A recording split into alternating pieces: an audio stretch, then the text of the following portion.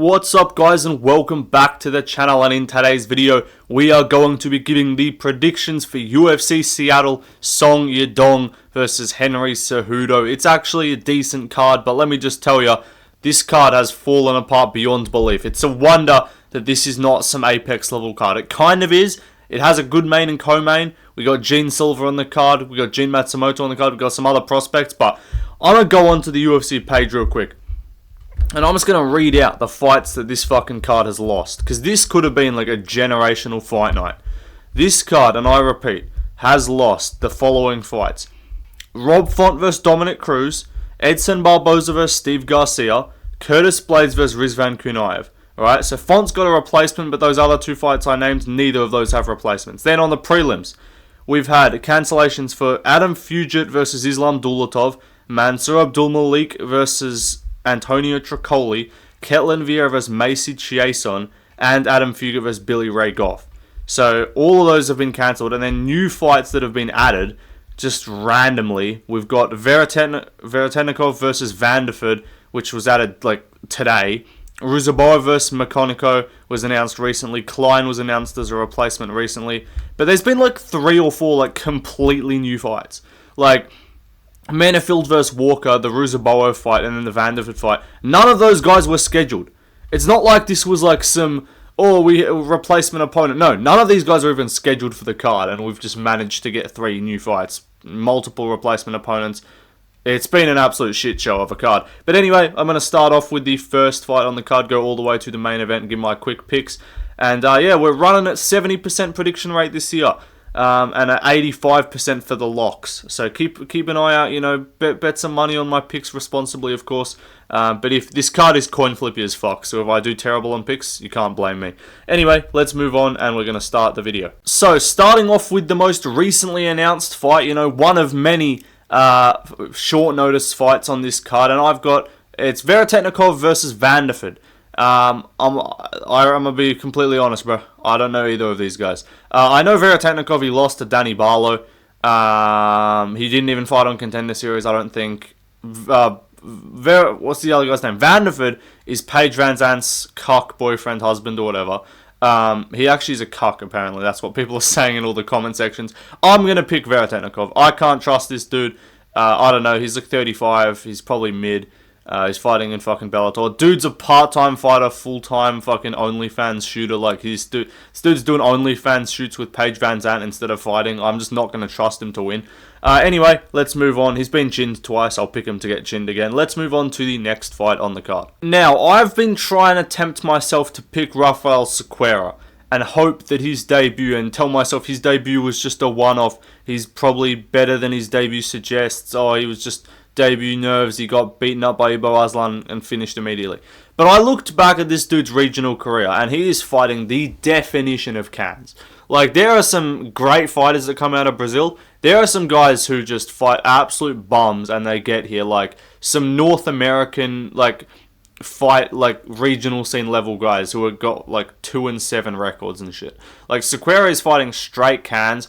I can't trust him. Like, I want him to be clever, and if he wins by TKO and finishes Bukauskas and looks good all of a sudden, I will say I told you so, even though I didn't pick him, because I'm going to look like a genius just for even saying he has a chance. But, no, Bukauskas should not be a big favourite over anyone. This is not a fight you should be betting on unless it's the underdog, and you're just taking a dog shot. I just can't trust either. I can't trust Bukauskas to not get chinned, and I just can't trust Sequeira to be good at fighting, because neither of them have showed that they are capable of doing that. Anyway, let's move on to the next fight. Next up, we got Eric Makonico versus the Sultan Ruzaboev. Now, I'm sorry, bro. If you came to this prediction video for tape study and outside foot battle breakdowns, I'm not giving you the fucking analytical breakdown on Eric Makonico, bro. This dude, his Tapology profile picture, or the profile picture that they used for the fight, the graphic or whatever, was him in some guy's corner. Dude's a UFC cornerman getting his debut. Cold. I respect it. But he's lost on the regional scene. He's not some undefeated prospect. He's mid. He's not young and up and coming either. So I'm going to pick Ruzaboev pretty confidently. Look, he did lose to Buckley, but he hung in there against Buckley. You know, he did get drowned a bit later on, but he at least made it to the cards with Buckley. It's more than Colby and Wonderboy can say. More than Luke can say. More than anyone can say at welterweight. For only decision of Buckley's welterweight career, except for Morono. Crazy how Morono and Ruziboev have been, on paper, the toughest fights of his career with how they actually turned out. But no, I will be picking Ruziboev. I think he's got the finishing upside. And again, McConaughey stepping in on short notice. Ruziboev is too, to be fair. So I don't know what my point, but yeah. Anyway, Ruziboev, I like him at 185 too. Dude KO'd Bruno Ferreira. That's actually a pretty good win. Let's move on though to the next fight. Next up, we got Ricky Simón vs Javid Basharat. This is another one where the underdog is tempting because there's an idea of a Javid Basharat being a complete fraud. But losing in hindsight to Zahabi, close fight where he won the first and just kind of didn't really know what he was doing after that.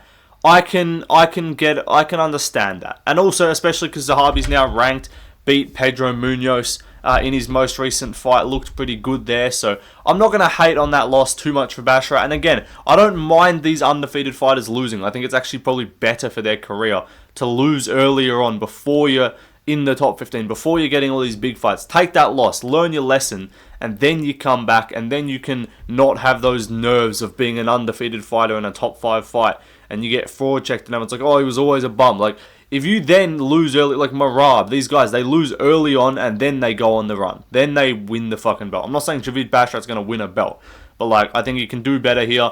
Has he fought since then? I don't know. I don't think so. Which is not the best look, but what's his name? Simone's just on a losing streak right now, on a three fight skid. Again, the losses ain't bad. Song Yadong, Bautista, and Vinicius Oliveira, but it's not just like the losses aren't bad, but it's like he's looking shit. Like, he was competitive for like a round with Bautista, but Song Yadong tuned him up and finished him.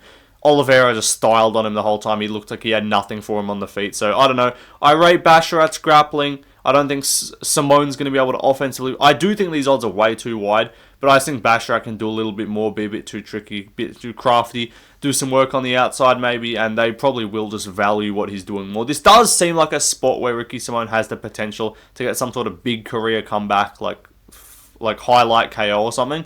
That is like a vibe that I'm getting, but I am going to go with Basharat. I just can't trust Ricky Simón on a 3-fight losing streak. Anyway, let's move on to the next fight. Next up, we got Mansour Abdul Malik versus Nick Klein. Yeah, the odds on screen should probably tell you my prediction. I'm going to be picking Big Malik to get the win here against Nick Klein. Nick Klein taking on short notice. Unironic, like, bro, this dude opened at, like, he was about minus 600 a couple of days ago. He's gonna close at, like, minus 1300. Like, this guy's gonna get chucked in everyone's parlays. He's gonna KO Nick Klein. Nick Klein looked solid on Contender Series. He was an underdog, though, and he did get sort of a random, fluky sort of scramble, took the back, and got him without even having hooks in. Guy he thought wasn't very good. Malik's a physical specimen. He's got power. He's got his UFC debut out of the way too. So if either of them are going to be nervous, it's going to be Klein. Malik got his debut out the way on the Prates Magny card. KO'd Dusko Todorovic in round 1. Dude just hits like a hammer. Like, he's just aggressive. He's like a much better Abdul Razak Al Hassan is how I would describe what I've seen so far from him. Anyway, I'll pick him to KO Nick Klein in the first. A massive favourite. He's probably going to... And he was fighting Tricoli. If he'd fought Tricoli, he would have closed like minus 1900. Like, he might have closed like Bo Nickel Stradricus... Bo Nickel versus like Val Woodburn. Bo Nickel versus Trayshawn Gornap, as I confused the two YNs, you know. Anyway, let's move on to the next fight. Next up, we got Polka Dot Man, Melquizael Costa versus Andre Fili. Now, Fili wins the nickname game because Andre Touchy Fili is an incredible nickname, but I think he's a bit past it at this point in his career, and I've just got a vibe of a Melk Costa win. I could even see a finish. I will go decision. I'll say he does a little bit more. Maybe there's some like favoritism. Fili gets a bit more of a pop from the crowd. I don't even think he's from Seattle, but he's not. He's the American guy here, so he will probably get the fan support. Maybe the judges will kind of help him over the line.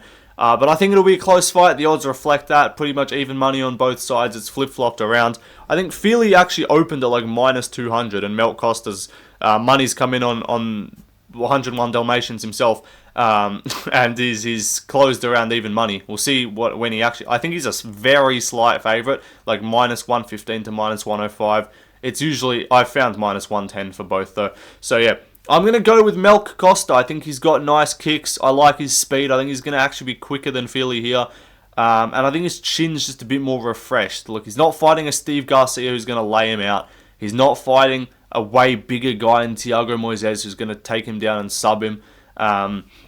And Feely, you can again say like, oh, his losses aren't that bad, and like, yeah, they're not, but like also his wins aren't that good. It's like kind of like he's never really beat anyone good and he's never lost to anyone bad. That's the sort of vibe that we're getting with Feely. I thought Cub Swanson beat him and I picked him to win that fight, so I was like, I got away with a robbery there because I picked Feely against Swanson. And I did well on that card on picks, so I was rooting for all my picks to be correct, and I was still like, I don't know about that. But like 24-11, 34 years old, turning 35 in June. Losses like Dan Ige, Nathaniel Wood, Joe Anderson Brito, Bryce Mitchell, Sadiq Yusuf, Michael Johnson, Kelvin Cater, Yair Rodriguez, Max Holloway. These are his losses, and you'll be like, none of those are bad losses. But then his wins, like respectfully. Cub Swanson, arguably he lost. Lucas Almeida, Bill Aljo by Splitty, Charles Jourdain by Splitty, Miles Jury by decision, Dennis Bermudez by split decision, Artem Lobov by decision. I just don't rate him that highly. Is Melk Costa that good? No, but I think he's got just a little bit more upside. I like his speed, as I said. I think he's a bit more dynamic. He can look a bit better for the judges at times, and he's got a grappling threat to mix in too. So I'm going to ultimately go with Melk Costa. I think he won't, even though the odds are pretty even, I think the YouTube predictors are going to probably be leaning towards Andre Feely just a bit more. So I'll go with a probably slight underdog on the picks wise. Let's move on though to the next fight. Next up, we got Ibo Aslan versus Ion Cutelaba. Now, again, Cutelaba's another underdog that I've been sort of trying to tempt myself to lean towards and just use a bit too much of the deep into the weeds of like, oh, but Aslan looked mid against Strakali and he hasn't beaten anyone good, and Cutelaba's done well, and it's like, yeah, but at the end of the day, I gotta go with my first instinct, and my first instinct was just, yeah, Ibo Aslan probably chins him. That was my first instinct, and I'm gonna go with that. Anytime I think of the first instinct, I go, oh, but let me look at the odds and be like, oh, but Cutelaba shouldn't be plus 140, which he shouldn't. I do think this should be like even money, because at the end of the day, I think they're just gonna trade, and someone's gonna die. This card's gonna be fun as hell, by the way. Like, I'm looking you'll get my full like card recap of picks in a second. But I'm predicting a lot of finishes. I think this fight is almost a guaranteed finish. If it's decision, I would say Ion Cutelaba wins, because he did win his last fight by decision against Ivan Urslan. But I don't know. Is Cutelaba that good? No, he's just kind of been the Felipe Lins loss is really not a great look. And I just can't back him to always show up 100% to fights looking good in all of his fights. 18-10 record, been finished 7 times by KO 3 times, total 7 times, as in finished 7 times and then 3 times by KO. But like wins over Ivan Urslan by split decision and Tanner Boza. Apart from that, he's 2-4 in his last 6 with finished losses to Kennedy Nzechukwu, Johnny Walker and Ryan Spann. Johnny Walker, I studied, bro. Sipping Johnny Walker in the war room with Tristan, I studied, bro. Why? But Magomed Ankalaev obviously KO'd him. Glover subbed him. Like, none of the losses are like inexcusable. I don't like the Felipe Lins loss. I don't like a Kennedy and Nzechukwu loss. Again, if you're going to get into a firefight, Ibo Aslan, he hasn't shown to be that technical, but he has shown to have a solid chin. So I'm going to back him to take the shots better and land a bomb and put him away first or second round. If it does get extended, though, I definitely think Ion can win. Let's move on, though, to the next fight. Next up, we got Alonzo Manyfield versus Julius Walker. I'm not sure why I'm going to fucking pick Julius Walker. Don't ask me why, I don't know. I'm just vibing it, you know. I got to pick at least one like sizable underdog for the card. Like, there's a few pick'em fights, there's a few very slight favorites that I'm picking, but I got to pick one like considerable underdog, I guess. So I'll take Julius Walker. I don't know, it's just vibes. Again, instinct. My first instinct was just like, yeah, I just can't really trust Alonzo Manyfield, can I? And then since then, I was kind of like, I tried to watch a bit of Julius Walker tape. He fought some grappler, got taken down for a fair bit, ended up winning. Thing is, I just rate being undefeated going into your debut. Like, I don't rate it as much when you're kind of trying to climb the ranks and you've had a few fights if you're not showing out really impressively. But like, your debut, he's going to have confidence. Manyfield's getting losses. And again, people are like, oh, Manyfield's just all the high-level experience. It's like, yeah, high-level losses. Like, he hasn't beaten anyone good. It's the same thing with Fili. Like, he's got solid losses, but even the losses aren't that good. Like, the losses are to, like, solid guys, but not like, he's not losing to, like, Yuri and Jamal Hill and Ankalaev and Blachowicz. Like, these aren't his losses. His losses are to, like, mid-tier, bottom-end, some of them unranked light heavyweights. Wins are mid. Like, wins over Jacoby in a decision which he was clearly getting outstruck and then just landed a big shot each round and won on damage. Jimmy Crute by submission. Before that, he had a majority draw. Misha Serkinov and Azar Mazrakhov, or whatever, that fucking fake record dude that scammed his way into the company. Beat Ed Herman and Fabio Charant. He does have a win over Paul Craig, but Paul Craig's just inconsistent as fuck. But, like, losses to Devin Clark, KO'd by OSP, decision loss to William Knight, KO losses to Carlos Olberg in 10 seconds, and then Mirzakhanov. I just can't trust his fight IQ. And even if he's got, like, physical advantages and he has the potential to out-grapple Walker or KO him on the feet, can I trust him not to just trade or, like, swing in like a tard and get countered by a guy with a 5-inch reach advantage? Like, I don't know. I'm going to just pick Walker and hope Menifield's retarded. I'm not picking a dude with Pat Barry in their corner anymore. It's just not something I'm going to do. Anyway, let's move on to the next fighter. Gene Silva. Lord Tism himself. This man's winning. Trust. He's a lock. Gene Silva's my guy. One of my favorite fighters. Fighting Nerds plot armor is in effect for this one. And the Fighting Nerds tax has been applied because this man is a fucking unbettable favorite. But, you know, who knows? Maybe you still bet him. This dude's going to be going in everyone's fucking parlays for sure. I can already see everyone betting on him by KO and then he, like, subs him. Or he wins by, like, dominant decision. And everyone's, like, calls him a bum. Like, everyone's like, oh, round 1 KO, bet the house or something. Or, like, just KO and then he, like, just takes it to a decision. Because Melsick just range strikes the whole time. So I could see the fight being, like, not underwhelming, but, like, not a complete washout. But I'm going to choose to think positively. I reckon Gene Silva's going to get him out of there. Use the aura. Dude's running off wins over Jourdain and Dober. And obviously the GOAT Weston Wilson. I don't think he's going to have as much trouble with Melsick, who, yes, is probably a more technical striker than all of those guys. He's got a, like, ability to get subs too. I'm sure Gene Silva's got some submissions in his arsenal. But if not, I just think he can do more on the feet. Like, Melsick ain't KOing this dude. Melsick ain't, like, this dude's losses, I think they're before the UFC. They're before he got real good. But, like, even the win over Kevin Vallejos is probably going to be one of those wins that ages incredibly. Like, if that win ages very well and Vallejos ends up, like, ranked and Gene Silva ends up, like, top 5, Vallejos climbing into the top 15 at some point, I'll do a video on, like, fights in both guys' career earlier on that need, like, rematches. Or, like, that needed closure. Like, a early career Arman versus Islam type shit, you know? But anyway, that'll do it for that fight. I'm picking Gene Silva by finish, hopefully. Gets him out of there. Will be very fun. Tune in to the Fight Companion and donate me $2. So I can get a better camera and my stream doesn't keep crashing. No, but I'll stream for the fights hopefully. And yeah, Gene Silva fight's definitely one to tune in for. Let's move on to the next fight. Next up, people are going to call me retarded for this, and I wanted to do it under different circumstances. Like, I wanted to come in here and do a little tricky, oh, look at me, I'm picking Gene Matsumoto as an underdog. Dude's like minus 180. It's pissing me off. Like, I thought I was going to be clever. I saw this fight announced, I was like, yeah, it'll probably be like even money or Font will be a slight favourite. And I'll do a little tricky dog shot on Matsumoto and say that he could mix in the grappling and surprise Font. But everyone's seeing that now, and other people are already fucking picking Matsumoto. So, I don't know. Font has a great chance to win. Like, yes, there's a very solid chance Font just keeps on the feet and tunes this guy up and outboxes him. Because Gene Matsumoto's striking isn't amazing. Like, it's good, it's not crazy good, and it's not to the point where I think he's going to be able to match Rob Font. But I just think Rob Font's takedown defense is so god-awful that I cannot trust him to defend a double leg.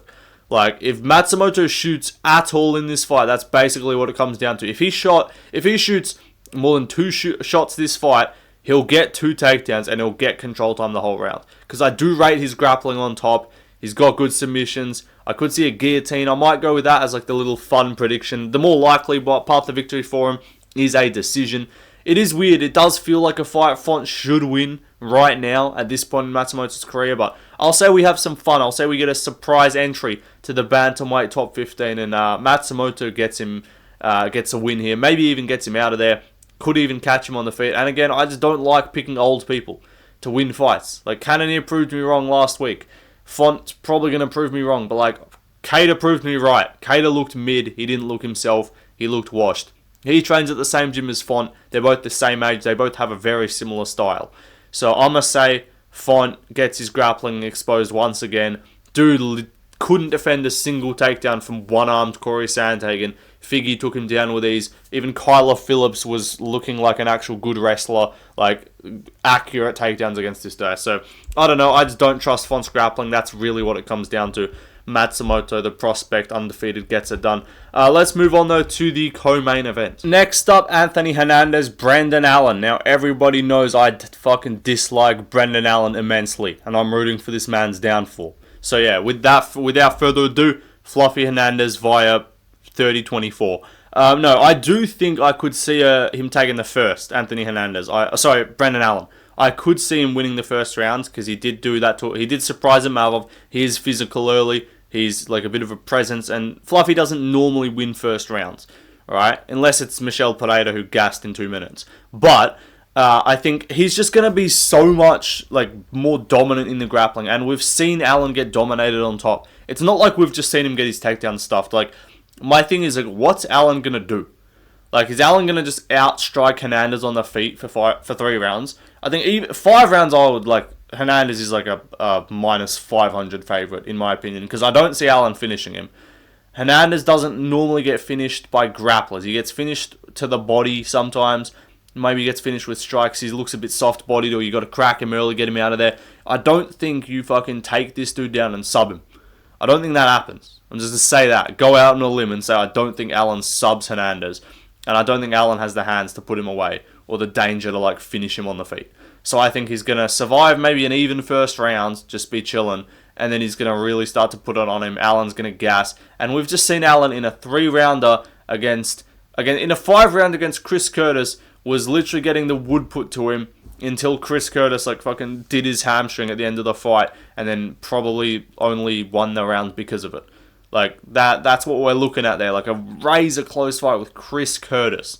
Not a great look. Like, really not a good look. Fluffy's got great grappling. He's got great pressure. The cardio's off the fucking charts. And I think we're just going to see another performance where he just absolutely puts it on someone and just starts drowning him, dumping him. And then, yeah, Allen just looks very breakable when he's on bottom. He doesn't look like he's that good at getting off bottom as well. And Malvov dominated this dude on the ground in the second after getting basically held down the entire first, takes him down, holds him there, beats him up. I think Hernandez can do the same thing, but more effective on the ground.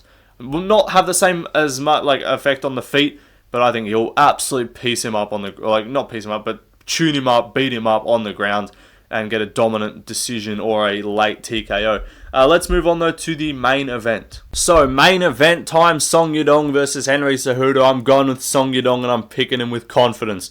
I'm picking him by KO. I reckon he's laying out Cejudo's midget ass on the fucking canvas and retiring him.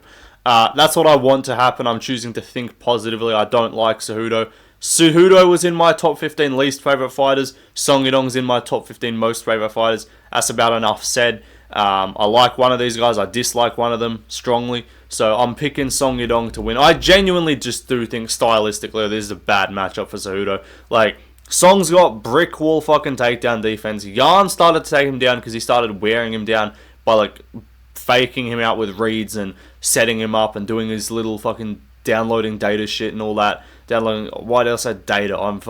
It's data. Downloading data. I'm used to how they all fucking pronounce. He's downloading data. He's downloading data, Joe Rogan, you fucking bald cunt. But no, Peter Yan doing his little reads and setting him Song Yadong up. That was a great performance from Yan at 299. Song hasn't fought since, but Cejudo hasn't fought since 298. Cejudo's coming off a bad loss to Marab, where he got pretty much just humiliated. But everyone's like, oh yeah, but he's only lost to the elite of the elite, you know, Aljo and Marab and DJ and stuff, which is true. But again, stylistically, I don't think any of those guys present the same difficulty as Song Yadong does in a matchup. Like, none of them have the level of danger on the feet. You could say DJ is a better technical striker. He's quicker. He's got probably more weapons. But if you're looking at who's a more dangerous striker, DJ, yes, he did finish Cejudo in the first fight. But, like, if you're looking at who's more likely to KO him, or if you're looking at a prime Cejudo and a prime DJ, is DJ going to KO him? No, because we saw it in the rematch. Can Song KO him? Yes, Song has the potential to KO him, because I do think Song's striking is better than Cejudo's considerably. And again, at Cejudo's older age too, chin's not going to be getting any better, recovery time's not going to be getting any better. None of the things this is not going to be the best Henry Cejudo we've seen. Dude's smoking on podcasts and stuff, not sure what he's up to. But I think Song Yadong, he's fucking 27. People forget that people forget, man, this dude is 27 years old, and he has the same amount of UFC fights as 38-year-old Henry Cejudo. Like, actually nuts. That's a real stat, by the way. He has the same amount of UFC fights as Henry Cejudo, despite being 10 years younger, which is crazy. This dude's experience is off the charts. He's already fought the elite guys, and again, Cejudo's fighting, he's fought some elite guys at bantamweight. He's fought Merab and Aljo since coming back. But apart from that, he fought Moraes and he fought Dominic Cruz. Those are the bantamweights he fought. The rest of his career was at flyweight. You know, Benavidez, DJ, all these guys. He all fought them at flyweight. At bantamweight, he hasn't really fought many of these new age guys. He fought Merab and Aljo. Both of them lost in the grappling. I don't think grappling is going to be relevant here. And I think this is going to look like just maybe a slightly more difficult version of the Simone fight. But again, I think that Simone fight is what did that to Simone. I don't think that was Simone just being shit, because he was having good performances before that. But no, I don't know. I think Song's striking is levels ahead. I think his danger on the feet's way better. He's winning rounds off Yarn. He's winning like he won the first off Yarn on all three scorecards. He's winning the first 2 rounds in my books off Sandhagen. Had it 2-2 going into the 5th, and fought the third and fourth with a bad cut above his eye. Like, he's showing grit, he's showing heart, and he wants to be there. He wants to be champion. How much fucking motivation does Henry Cejudo have to win the belt? I don't think it's that much. I don't think Cejudo is fucking waking up in the middle of the night having nightmares about this fight. I think he's just showing up to fight. He's been offered the fight. He can say he wants to get back to a title shot all he wants. I don't think he's that motivated to do it as well. But again, I think Song Yadong's takedown defense is too good. He's going to keep it on the feet, and I don't think Cejudo can strike with him for that long. Like, I just think Song is going to start to really wear him down, chew the legs up, you know, land his shots. Cejudo still thinks he's a fucking karate fighter with his sideways stance and his chin up in the air. I think it's going to go badly for him. I think he gets chinned inside 3. Anyway, that'll do it, guys. Predictions are there on screen. I actually think this will be a very fun watch. Barboza Garcia was a bad fight to lose, as in a good fight, but a bad one to lose. That was going to be a banger. Rizvan vs. Blades could have ended up being atrocious, so I'm not even upset we lost that for this card. Font vs. Cruz, we missed out on a retirement fight for Cruz and seeing him won last time, which is sad. But I do think the Matsumoto fight is very stylistically intriguing. You know, Fugitt vs. Goff was real fun. Now we got some random bums instead of that. We got some random step-ups with Walker and Menefield and these guys. But ultimately, the card still... We lost Vieira versus... Ketlin Vieira versus Macy Chiasson as well. Devastating news, obviously, that in that aspect. But I don't know. Card's still solid overall. I do think it'll be fun. Let me know your picks in the comments. I'll be live. Give me more video ideas too. I'll probably stream a normal stream in the next couple of days as well. Anyway, goodbye, and I'll see you in the next one. Peace out.